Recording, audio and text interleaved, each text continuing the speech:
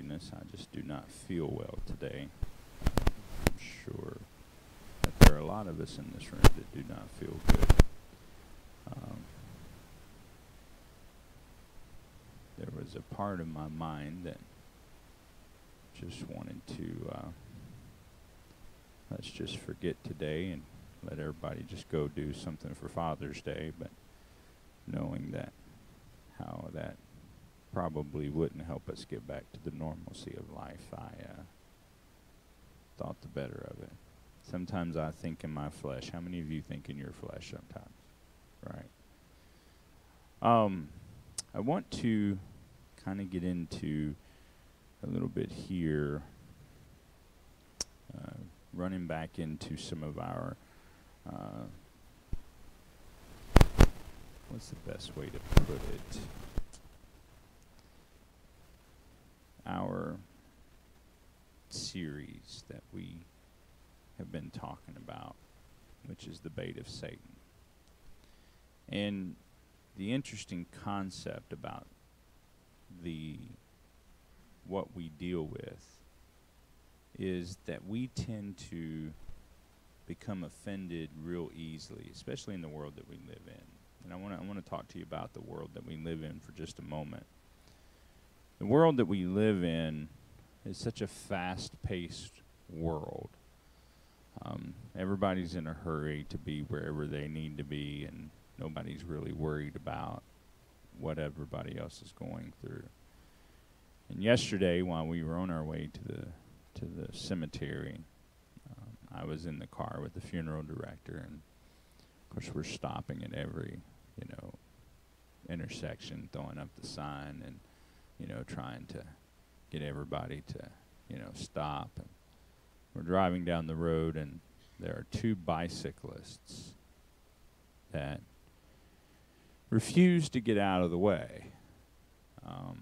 So we were trying to be very kind and go around them, and then when we went around them, then they started darting between the traffic, like in and out of the traffic, and all this kind of jazz. And so the funeral director very kindly rolled down his window and said, "Look, we're in a funeral."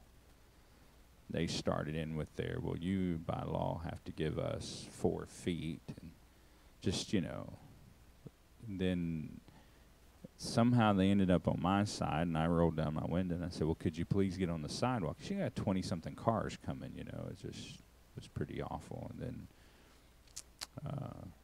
then you have all of these obscenities that start being yelled at me, and, with bad words and how fat I am. And I got to looking at that guy who's on this bicycle, and I thought to myself, he's calling me fat? I mean, it looked like 2 pigs fighting under a blanket, but, I just was like, what in the world are you calling me fat for? Of course, I was laughing. I refused to be offended. And then I got to playing with something in the console, and I picked it up, and it said holy water. And I thought to myself, I should have shot him with that holy water, and just see if he melted or something. I don't know, I'm melting. I don't know. But long story short of it is, even on as beautiful of a day as it was, and that we're there to honor our dear sister, you never have an opportunity that the devil tries his hardest to offend, to throw things off. Offense comes in so many different ways. And when those offenses come, it's how you respond. And we're all human, right? We get offended. Something that may be just as pure as it can be an offense to someone else who may have not seen it as pure. Or an example, I was talking to someone yesterday that I read a text message completely wrong. And it just, offenses come. And the reason I bring these things up is not to say whether those people are here or not here, or to justify any actions whatsoever, but just to simply say that Jesus said very clearly, and this is things that we've been talking about, that you're going to be offended. That's a promise from the King. You're going to be offended. You're going to be hurt. You're going to have hurts, and you're going to have challenges, and then the devil's going to take it, and he's going to look at it, and he's going to laugh at you, and he's going to try his best to get you to, become even more offended as you let things stew in your mind, and as you let them stew in your mind, and how that becomes such a huge thing that just continues to grow and grow and grow and grow and grow. What happens a lot of times is people refuse to deal with the offense. And that offense becomes such a huge such a huge challenge to us that when it doesn't deal with us directly, or if it does deal with us directly, like I was talking to someone 2 days ago that they were in the middle of a conversation. It was an A-B conversation, and someone saw their way into the conversation and then ended up doing something about it because they felt like the other person should have been offended. So you have these offenses that take place that sometimes it's not even between you and the party that you're dealing with, but it's somebody else being offended at something that just seems so trivial to what takes place. And then in the midst of it all, we've got to try to be what God calls us to be, because the Bible tells us in Proverbs that a brother offended is not easily won. So how do you process that? How do you be what you need to be, which is on two different fronts, by the way, human and spiritual, and deal with the offenses and not allow the human side of you to bow up like a boa constrictor or a cobra snake, and with the fangs showing and the hissing going on and daring you to cross the line or it's going to get you, compared to what the spiritual side is telling you to do is be as harmless as a dove. Be wise as a serpent and harmless as a dove. Two completely opposite things.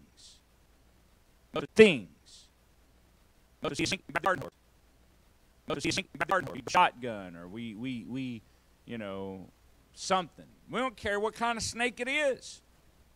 It could be a chicken snake that is there going to get rid of your rats. No. It's a snake, right? Most of the time, you got snakes in places that you don't even know they're there until it just all of a sudden, by accident, you stumble across it, and it's by accident. Because they're so wise in their movements. And then I was talking to, I can't remember, maybe it was Brother Richardson this week at some point. We were talking about hunting a little bit, and it was me and Brother Richardson and Brother Brandon, and we were talking about hunting, and one of the things that came up was hunting doves. Like, why would you shoot that poor little thing? A deer, man, I could feed my family a year almost on a deer, but a dove, you're talking about a quarter-sized piece of meat if you can even get that much off that thing. What's the purpose? Then half the meat's filled with lead, and you're going, Poor little thing. Didn't do nothing to you. You know, just a dove. It's harmless. Oh, but it is. Those are pigeons. Shoot them jokers. But a dove, it's majestic, it's beautiful, it means peace. So when the Lord puts these two major characters together as an understanding of who we are as an individual, that you have to be careful in your measurement and how you react. Did you know that a snake will most likely look for a way of escape rather than a conflict? Conflict is not natural to it. It's going to try to find a different route. It's not going to bow up on you real quick. It's going to warn you. Might rattle a little bit if it's a rattlesnake, or might hiss a little bit if it's a cobra, but it's not wanting to attack you for the most part. Unless it's them big, huge monsters that they've introduced down in Florida that you are afraid to go to sleep at night because that thing can fall out of the ceiling and begin to squeeze you to death before you realize. Those boas, you know. Most snakes are looking for a way of escape because they don't view you as a food source. Anything can eat an alligator. Them things are dangerous. I mean, take them jokers out. I don't even think they're snakes. But, you know, snakes normally are looking for a way out.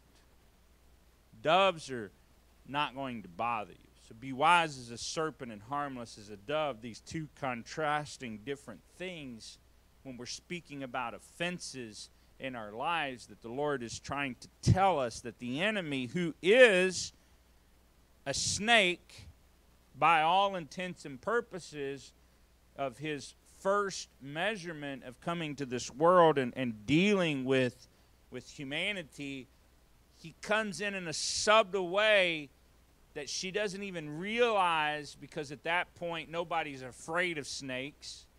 You know, there is no fear of animals. A lion just walks up, you pet it on the head. The lamb lays down with the lion. You know, they're all eating, you know, berries and singing Kumbaya together, you know, just how they are in paradise.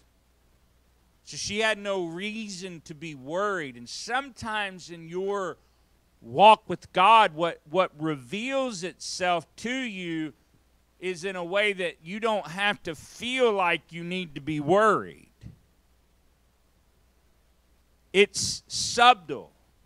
It's something that just seems innocent at the moment until it takes control of the whole thing, and it presents itself in a way that you're like, wow, what just took place?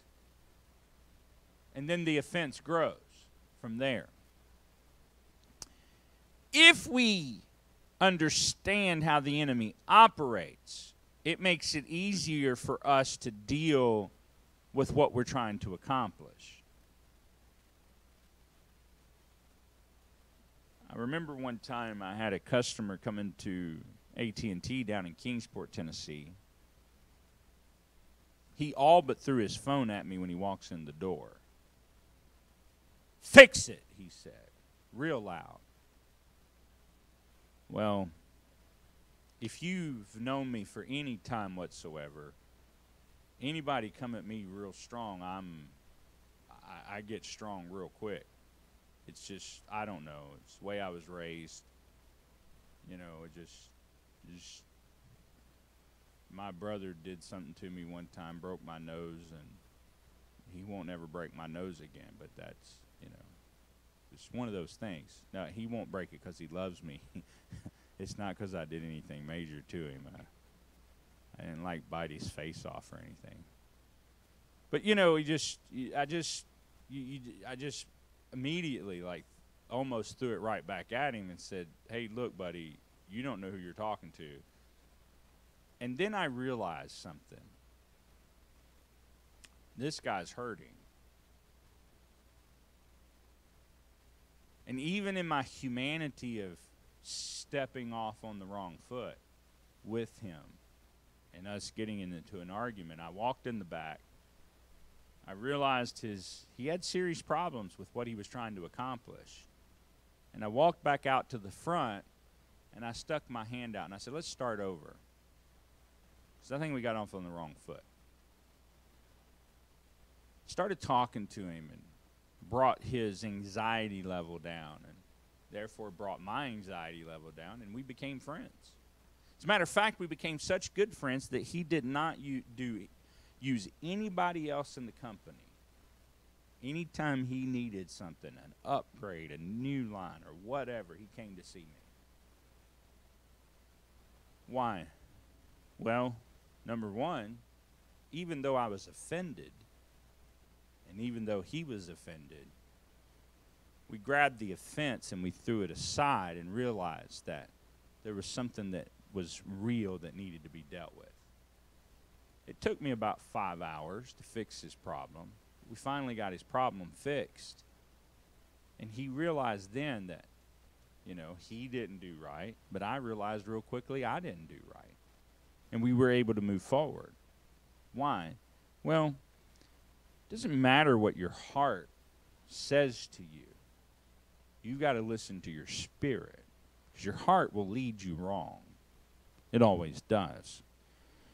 And even in the best intentions of how you are as an individual, because you want to believe that your heart is pure in its manner, even then it's still a matter of what the Spirit says. What can we do to overcome our offense? Well, when the enemy places those offense in your life, so let's use it as an example. Brother Munn, you ever stumped your toe in the middle of the night? It hurts, don't it? I like to make a joke about I do the preacher cussing,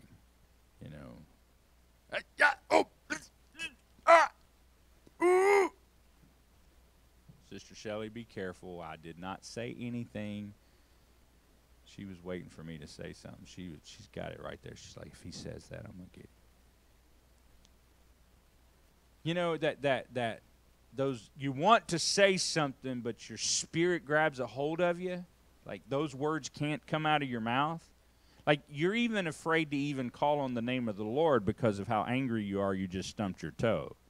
Because then you don't want it to be in vain. So it's just like,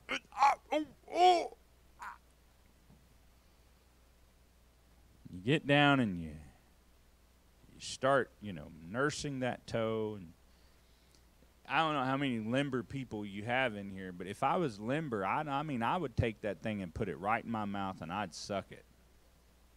I would. I'd kiss all over that thing. You're gross, Brother Eves. You ever hit your thumb with a hammer? Where's the first place that thing goes? Your mouth?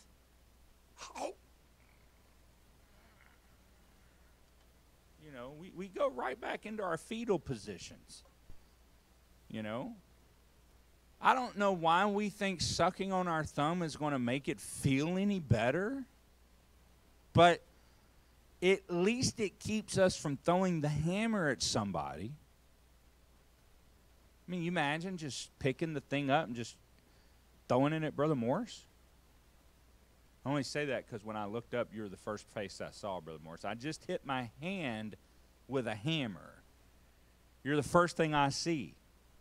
That's sometimes how offenses become something, It's kind of like the story Frank Peretti. Who knows about Frank Peretti? Who's ever heard of him, the author? You ever heard his story about Wounded? You ever heard his story about Wounded?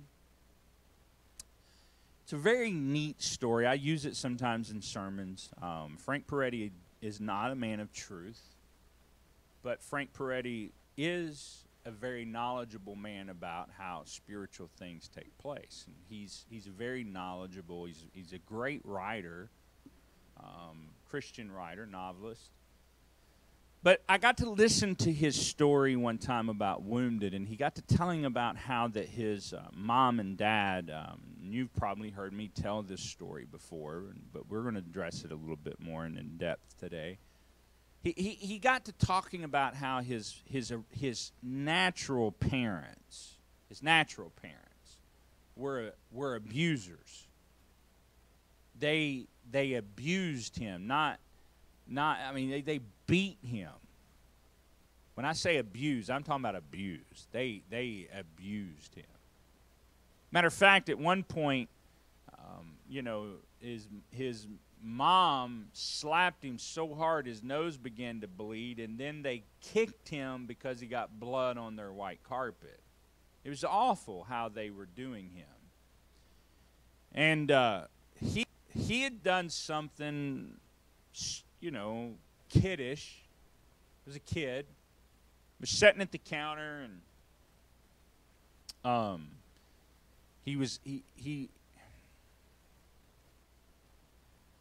maybe I may have my person wrong, but I think I have it right. I think it was Frank Peretti. I think his author name is different than his actual name. But anyways, let me continue the story. So he's sitting at the kitchen table, and his mom and dad are sitting there figuring out how they're going to just go ahead and rid themselves of the misery of this boy. Dad says, well, I've got a gun in the other room. We'll just go get it, and we'll just take care of him right now, and then we don't have to worry about it. I don't know if that was their way of trying to scare him into acting correctly or what. When I say he did something childish, I'm talking about maybe got a cookie out of the cookie jar or something. I'm not talking about anything like he went out and robbed a grocery store. He was a kid. And so in the process of this, they're sitting there discussing how they're going to get rid of him. They walk out of the other room. He's sitting there on the table, by the table, and he hears the vacuum cleaner start up, which lets him know that, okay, well, I'm not going to die within the next few minutes. Okay, they're going to vacuum the floor first. And then in that process of the whole thing that's taking place here, Frank is sitting at the table, and there was a song that came across the radio that said, "Hit the road, Jack, and don't you come back no more." Well, it's a worldly song, but to him it meant something, for one, because his name was Jack. So he hit the road. So he hits the road, and he's on his way to his grandmother's house because he knew if I can get to Grandmama's house, everything would be okay. And Grandma lived a good 5-10 miles away, and so he's walking down the road to Grandmama's house. And on his way to Grandmama's house, and when he gets to a certain spot, there's an intersection there. And if you remember the old days down, even here, but down south in those back roads on the intersection, it's like a 4-way stop, and it's a little town, but the only thing in the town is like a little gas station. It's a nowhere. He was afraid that somebody would see him. There was a gas station in one corner, and in the other corner there was a double-wide trailer, and he was like trying to tiptoe through the intersection because, kids just didn't. Today you see a kid walking, nobody says anything to him, And back then you saw a kid walking, you stop them, what are you doing, So he was trying to get through the intersection without being noticed, and he did not succeed when one of the people from the trailer said, "Hey, boy, what are you doing?" Because he's out in the middle of nowhere. "Well, I'm going to Grandmama's house." "Well, where does she live?" "Well, she lives in whatever town it was." And, "Well, hey, I'm going that way later. Would you come on over here? I'll drive you." And of course, in the world that we live in, we would think, well, that's stupid for that kid to do something like that. But in that specific day, you didn't have to worry specifically about those type of things. And so, of course, he walks over to the trailer. They take him inside. They wash his face, clean the little bit of blood off of his mouth, set him at the table, fed him, loved him for whatever few minutes that he was there, put him in the car, drove him to the next town, pull up in front of Grandmama's house, and Grandmama comes to the door, He wraps his arms around that man and said, "I wish you were my daddy." And then out the car he went, right up the steps, right into Grandmama's arms. Stayed with Grandmama for a couple of weeks. While he was there, one day his real natural father showed up. Afraid, he was hiding behind Grandmama's legs. His grandmother turns around, kneels down, looks at him in his eyes, and says, "Everything's going to be okay."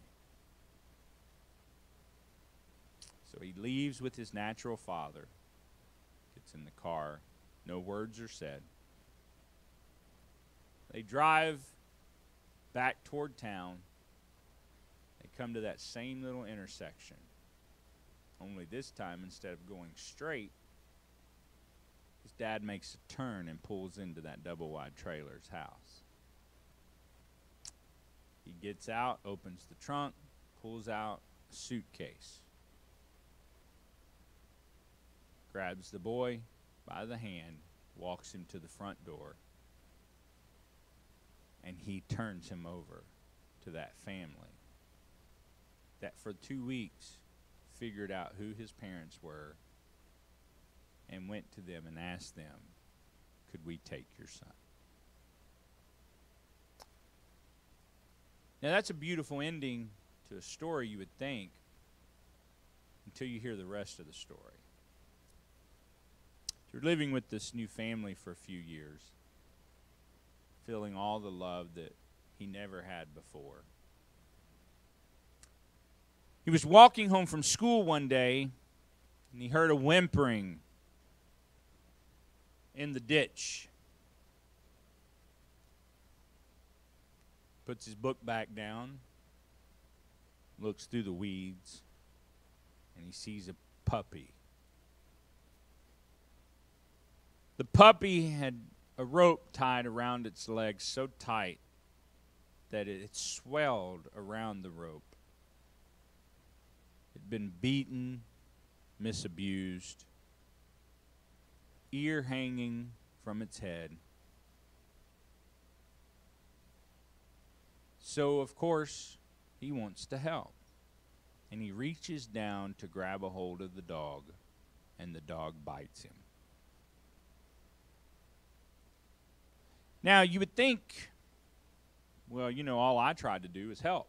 And here somebody's lashing out at me. He deserves to stay in the ditch then. But not Frank. Frank gets back. He realizes that the dog is wounded like he was. And someone showed him kindness. So he decides he's going to show the dog some kindness. So he gets down in his school clothes on all fours in the middle of a muddy ditch. And he crawls on all fours to where that dog is. He holds out his hand and puts it right underneath the dog's nose until the dog realizes that he means no harm. And the dog gave him a lick. And when he did, he picked the dog up, took the ropes off, held the dog tight, took the dog home. Many people would ask him later on, "Why does that dog go with you everywhere that you go?" And he said, "Well, what you don't understand was that dog was once me. I was wounded, and someone showed me love." It would be very easy for Frank Peretti to be very bitter because of his childhood. It would be very easy for Frank Peretti to say, "You know what? I'm going to write stories about how abusive parents get what they deserve coming to them." It would be very easy for Frank Peretti to have kicked the dog because of how many times he had been kicked. But in the heart and the spirit of Frank Peretti, he was wise as a serpent and harmless as a dove. That's what we have to become when we want to be a child of the King. Because when we're under pressure, the trials test and locate us in our spirit to see where we are not always of the enemy. Sometimes they're of God. Take David, for example, when the Lord looked at David and said, hey, I want you to go number the people. David says, okay. Turns to Joab and says, Joab, I want you to go number the people. Joab turns around and looks right back at him and says, David, I can't number the people because that's against the... David said, did I ask you? No, I told you. Go number the people. So Joab spends 3.5 years numbering people. And when he comes back and he tells David the number, the moment the numbers slipped through his mouth, David said, oh, I've sinned before the Lord. And thousands of people lost their lives, and David went before God and begged him to stop. You'd say, well, the Lord is the one that impressed it upon him, but God knew what the law was. And he already knew where David's heart was. Well, I just don't believe the Lord would do something like that. Well, then ask Baal. Or Balaam, sorry. Balaam goes to the Lord and says, Lord, they're going to pay me a lot of money to come down there and prophesy. The Lord says, no, you're not supposed to go. Leave them alone. So he answers, I can't go. The Lord said no. So they come back with even more money and more men. The king wants you to come. Balaam already had his answer. But he turns around and tells them, let me go talk to the Lord again. Maybe God will change his mind. I mean, you know, I don't know if you know this or not, but God's already owns all the cattle of 1,000 hills. You can't come to him with another $5 and say, okay, well, will this change your mind, Lord?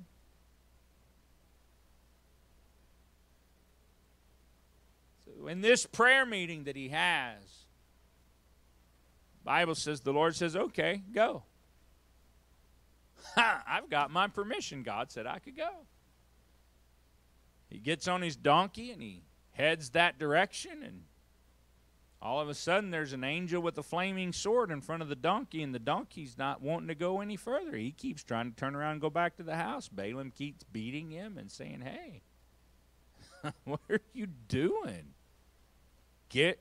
And finally the donkey turns around back at him and says, what's wrong with you? Have I not always done what you've asked me to do? And you keep hitting me? There's an angel with a flaming sword. Here's the challenge. Where when David sinned and the Lord had impressed upon him to sin, you'd say, well, God doesn't tempt us. No, David was already tempted. The Lord just said, okay, if you're going to do it anyways. Just like he would you. God doesn't stop you from eating the apple on the tree. It's already in your heart. The offense is already there. And the Lord just says, okay, if you're going to jump, jump. Balaam then goes ahead, even though the donkey warns him, and does it anyways. Whereas David went and repented before the Lord. See, the Lord will use trials to locate you in your heart to see how the real you will react. And there's a difference between your humanity reaction and the real you. Our humanity sometimes jumps to conclusions, but when we hear logistics of the conversation or the situation, or we start thinking or putting ourselves in their shoes, and we realize the real you will have an opportunity to come forward.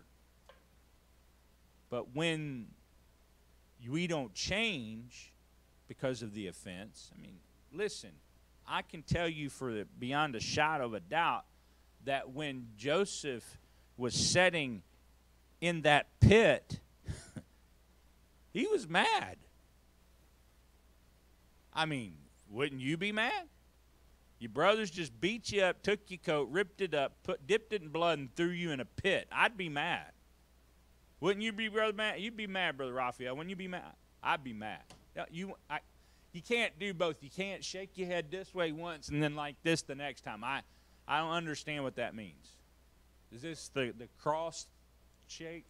I don't know. I'd be mad. I'd be mad. Wouldn't you be mad, Brother Fred? I'd be mad. Brother Munn, wouldn't you be mad? I'd be mad. Micah, would you be mad? You're lying. I don't think you get mad at anything. Does he get mad, Malachi? Oh. See, the younger brother always knows the truth. I'd be mad. Bible says it's okay to get angry. Just don't sin about it. You're going to be mad. Your humanistic self is going to bow up. And you're going to turn into the Incredible Hulk. And you're going to want to rip a t-shirt.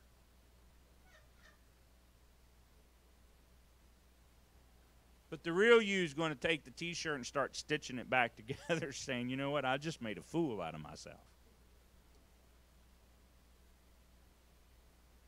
I shouldn't have done that. See, when you have a house that's built on sand, it doesn't matter if it's 5 stories high and beautiful and decorated with the most elaborate materials of craftsmanship.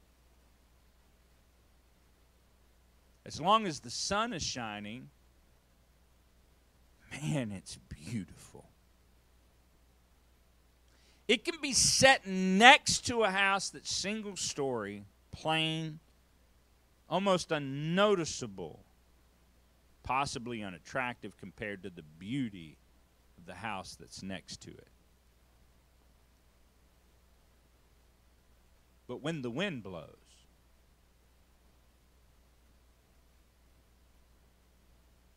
the 5-story house that's built upon sand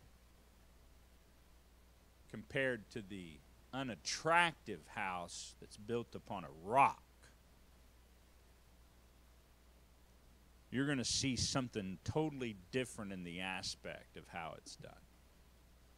For when the beauty collapses under the pressures of the wind. I've seen a lot of apostolic people throughout my lifetime that dresses the part. Man, they look holy. They got their shirt sleeves down to their wrists. You know, their hair's cut just perfect. They've got plain glasses on, never wear a wedding ring, white shirt. Man, they don't even polish their shoes because they're afraid that would be too attractive. They walk into a church and their nose is so far stuck up in the air that if it rained, they would drown. Because their house is built upon sand. And I've seen people come into the house of the Lord that it may not look completely apostolic compared to what we would consider looking like apostolic. They don't have the best clothes. They don't have the best of anything just yet. But man, their heart is pure gold. Because their house has been built upon a rock. You see, here's the challenge with a foundation. If it's not done correctly, a foundation can crack and termites can get in. I've had people tell me before, oh, we can't have termites because our house is built upon a stone foundation. And I walked, called me in, said they had ants when I was working for Bug. I walked in their house. They had turned their garage into a family room. The house part had been treated for termites, but the garage had never been treated. I am not kidding you when I tell you this, that about every 2 foot there was a termite tunnel in that house. They did not even realize it. I don't know how you can't see dirt tunnels. I don't know if they thought it was part of the baseboards or what it was. So I get down with my little knife. I cut the tunnel open, put my little blue light, and it was as active as it could be. That garage was eaten up with termites. So even when you build it upon a rock, if you're not careful to maintain the rock, not that Jesus needs to be maintained, but just your foundation, termites can get in. The fences can still come. You have to be careful with what you do because the enemy desires to destroy your relationship. He desires to destroy who you are. And his desires can be done if we, as a human, allow our anger to get the best of us. So those are things that we have to take into control. Some people in the church are like disciples who were so quick to speak. As we spoke about last week, you're Elijah, you're Moses.